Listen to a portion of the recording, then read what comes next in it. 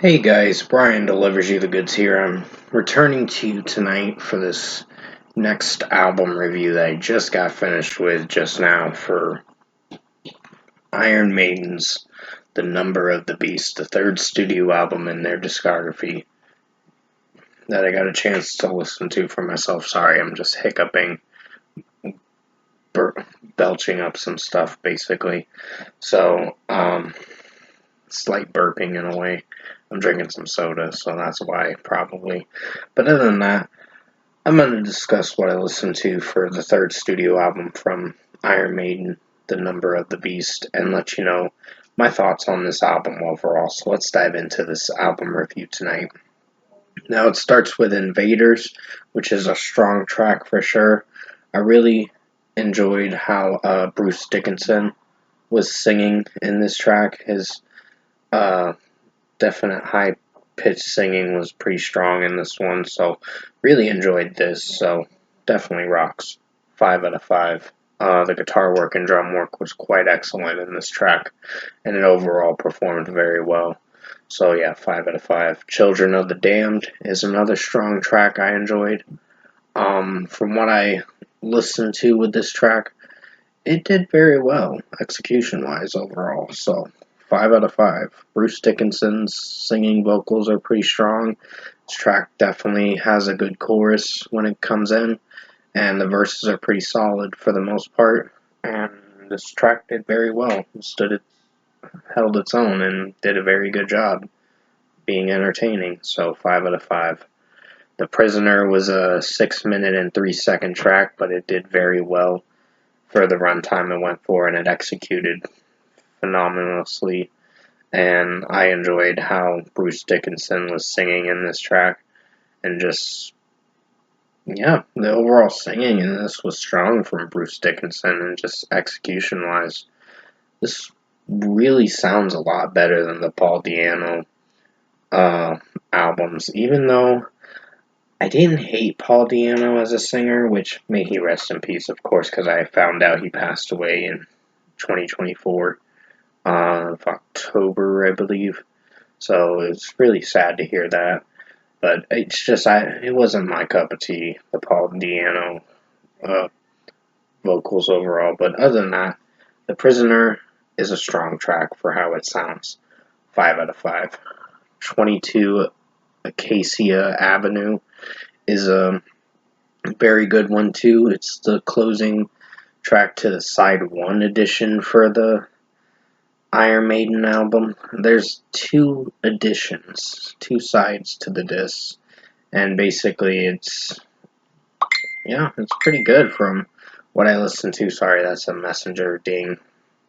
So 5 out of 5. I really enjoyed Bruce Dickinson's high pitched vocals in this, and it did very well with the guitar work and drum work. Then we get to the title track, The Number of the Beast.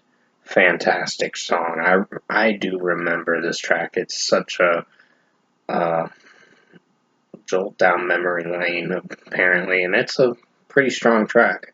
Music video is pretty awesome, and overall, I think Bruce Dickinson had some good vocal potential in this track, and his high pitched singing did very well for this one. This was my personal favorite song on this record, still is. So I vaguely remember this track. When I first heard it again just recently, I was like, oh yeah, I remember this track. I'm like, yeah, I've heard this song before. Probably from Guitar Hero, I think. But overall, The Number of the Beast, great track. Definitely a song worth remembering and worth cherishing. And I think I'll probably be buying some Iron Maiden albums for sure. Definitely down the road. But overall, 5 out of 5 for The Number of the Beast. Run to the Hills is a strong track from what I listened to.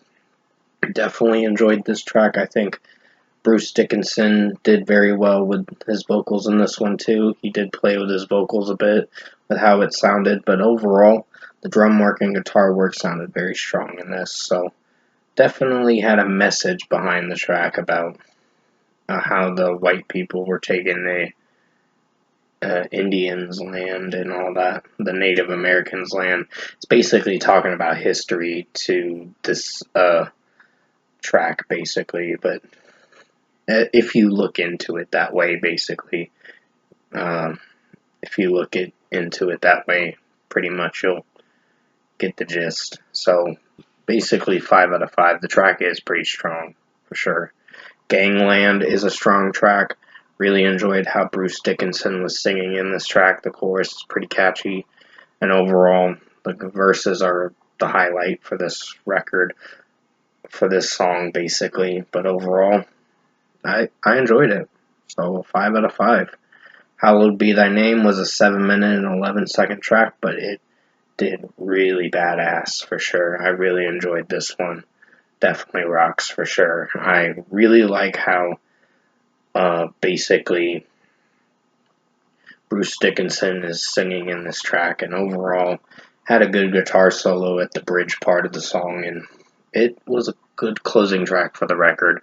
But I'm actually adding an extra track that I'm including with this whole album, which is a bonus track, basically. It's kind of like a bonus track, but it's an extra track that was never on the actual album, but it's on a different edition to the album. But overall, 5 out of 5 for Hallowed Be Thy Name. It was a strong closing track for the regular edition for the record. And finally, Total Eclipse closes out this record phenomenally, and really enjoyed this kick-ass track for 4 minutes and 27 seconds. It was very strong.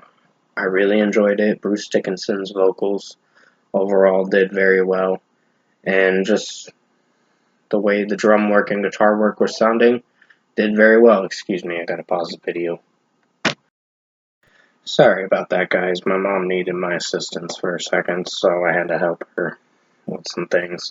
But other than that, Total Eclipse is a 5 out of 5. It was a great track, and I really enjoyed this closing track that I'm including with the Number of the Beast album to basically end this record. So 5 out of 5. Overall, production, mixing, and execution-wise, I think Iron Maiden's The Number of the Beast album was a really fantastic record. Definitely rocks for sure.